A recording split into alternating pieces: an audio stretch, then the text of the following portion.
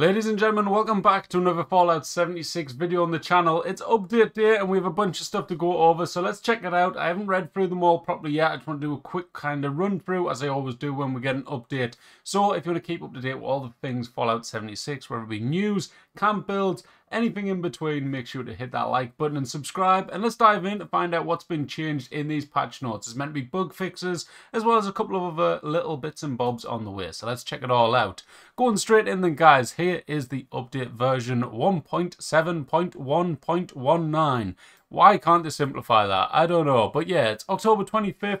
Here's the changes. So if you're on Microsoft Store, whoever plays on there, or on Xbox, unlucky you, because you've got the worst update size there is. 9.8 for Microsoft Store and 9.6 for Xbox. So pretty rough there. PC's only 3 and PlayStation's only 4. Don't know what's going on with Xbox and Microsoft, but never mind. Right, so here we go. Bug fixes and improvements. Atomic Shop. Various adjustments to icon placements and item previews in the Atomic Shop. Not very specific with that one, so we'll move on to the next one. Next we have Power Armor. Players no longer appear headless after entering Power Armor with a helmet equipped. Didn't actually know that was a thing, but there's all sorts of different issues with Power Armor, so I'm hoping there's more than just that fix. Going on to the next one, we've got Armor. Durability, crafted legendary weapons, and Secret Service armor now correctly use intelligence stat when determining durability. Yep.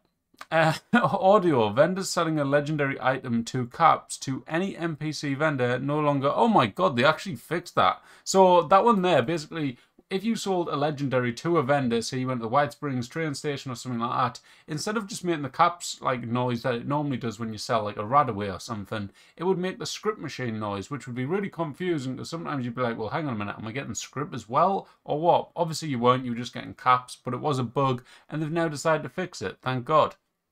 Going on to the next one, we've got camps and workshops. So allies fixed an issue that could cause companions to be killed on exiting a server.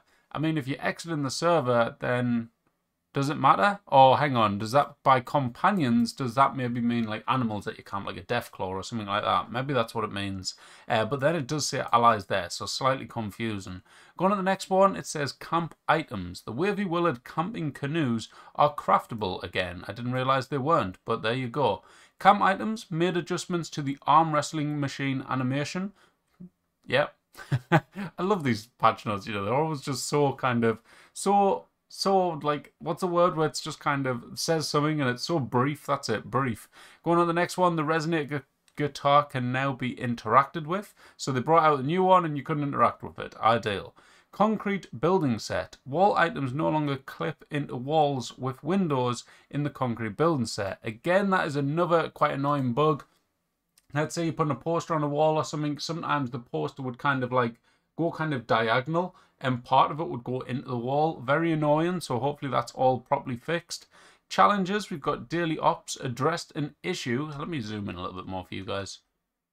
There you go. Addressed an issue where Blood Eagles in daily ops did not count towards daily weekly challenges. Well, there was another one with that one as well. I don't know if anyone else did it last week, but there was kill glowing enemies. And last week we were doing the mole miners daily ops and there was glowing mole miners in the daily op and they weren't counting towards the weekly. So hopefully that's going to get fixed as well. Clearly it hasn't been fixed in this one, unless they just haven't mentioned it, but I'm pretty certain they would like to mention it if it is the case, so I'm going to doubt it has been fixed. Then it's got updated various headwear to count towards the scrap headwear challenge, so clearly some weren't counting. Expeditions, the Fanatic Foreman can no longer destroy the Foreman's terminal during the boss encounter. Then there's also rewards. Expeditions weekly rewards now reset correctly. There's been a lot of issues with that one over the last few weeks since Expeditions have came out. Some people not been getting them and stuff. I did one last week. I didn't get a reward and it was the first one I did all week. So hopefully that is all sorted now and it is going to actually reset correctly like it says it will. But we've just got to test it out first when the servers come back online. Then we've got items. Clothing, the Jack-o'-lantern pantsuit and short suit can now be sold at robot vendors. So, cheeky way to make some caps there. Not many, but you could make some, I suppose. Food, fried rad toad legs and fire cap tasty souffle have been moved to the appropriate crafting categories.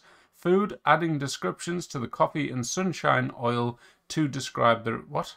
Added descriptions to coffee and sunshine oil to describe their effects. Okay. Weapon rack. The auto axe now displays on the gravitronic weapon rack. Happy days. Localization achievements. The troglodyte achievement no longer displays the wrong number in Polish. UI, various localization issues. Quests, we've got quite a few quest ones, bloody hell. So we've got dailies, address an issue causing some players to be able to receive refuge daily quests. I've heard a few people talking about that one actually in comments and stuff, where basically they've done it maybe a couple of days ago, they come back to kind of get more fuel to go and do another expedition, and for some reason they're not resetting, they're not allowing people to go and actually like do the dailies. So hopefully that is all sorted now with that one. You've got Division of Wealth. The objective marker to deal with the hijack now correctly points to the right door. I don't actually know what quest that is. If you know, let me know in the comments. Recruitment Blues. The quest target will no longer disappear when the player gets close to the Master Sergeant Gutsy at Camp McKinlock. Ideal. Responders Reborn. Skippy will no longer have his back to the player after teleporting during a scene in the Responder Reborn. Mountainside Bed and Breakfast. Fix an issue where players could not start the Mountainside Bed and Breakfast quest appropriately. If you haven't done that one, it's a pretty interesting one, so do it. Nice short quest, but it's kind of a cool one, I think. It reminds me of kind of like Skyrim or Oblivion. When you do it, you'll know why if you've played Oblivion and stuff. If you don't, no spoilers. But yeah, Ounce of Prevention. Updated text to no longer incorrectly refer to multiple blood samples. Then we've got Pass the Buck. Fixed an issue that prevented Pass the Buck from starting. Patrol Duty. The penitentiary guard can no longer be crippled by enemies. Dear Lord. I did this one the other day and it's the most miserable quest there is. I posted on Twitter and it's so slow, honestly. It's ridiculous. But I did see someone comment on that post saying the robot actually got crippled and it was just crawling along the floor. And they literally went, did another event or something, came back and it still hadn't completed. So... yeah, never mind. Secrets revealed. Fix an issue where Vault 79 may become inaccessible after completing Secrets revealed. Secrets revealed again. Radcliffe now correctly refers to Digger's fate in player's dialogue. Steel Rain addressed a pathing issue with Paladin Romani during the quest Out of the Blue. Steel Rain again addressed an issue that could cause the optional weapons dialogue with Knight Shin to repeat after relog. And then another Steel Dawn one addressed a dialogue condition issue with Scribe Valdez. Very brief that one again, so we don't know what exactly is going on with it.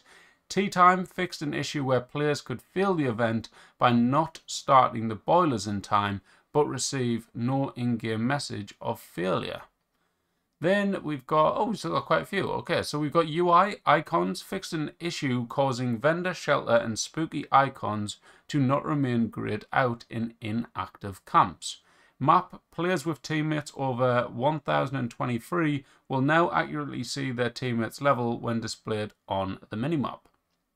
Interesting. I swear they fixed another one like that very recently as well. So strange to see them doing another fix.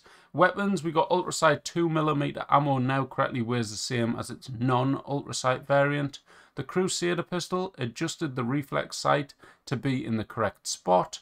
Mods addressed an issue that could cause magazine/clip capacity to not correctly reset after swapping mods. Another mods address an issue that caused weapons with multiple projectile mods to fill that critical meter twice. Shotgun fixed an issue causing the pump action shotgun name to not dynamically change after applying the Enclave skin. Okay. Skins, the fixer can no longer be traded, dropped, or sold with the Jack-o'-lantern skin applied. I didn't actually know you could do that, but it's a shame because I would have liked to have picked one of them up. We've also got weapons. Charged weapons will no longer lose charge excuse me, when exiting sneak. So, okay, didn't know that was a thing either. And then finally, White Spring Resort fixed an invisible collision spot in the White Spring roof. I don't know who's jumping along the roof, but you think you're Spider-Man, it's not clever, so never mind. Anyways, guys, that is all the patch notes. So, hope you all enjoyed. Hope there's something that sticks out for you. Whatever's the main one for you, let me know down in the comments. Let me know what you think or what you feel happiest about getting fixed. And yeah, thank you all for watching. So if you did enjoy, don't forget to click on that like button, make sure to subscribe, and I'll be back with you in a couple of hours for the Atomic Shot review. Thanks for watching, guys. I'll catch you in the next one. Bye bye.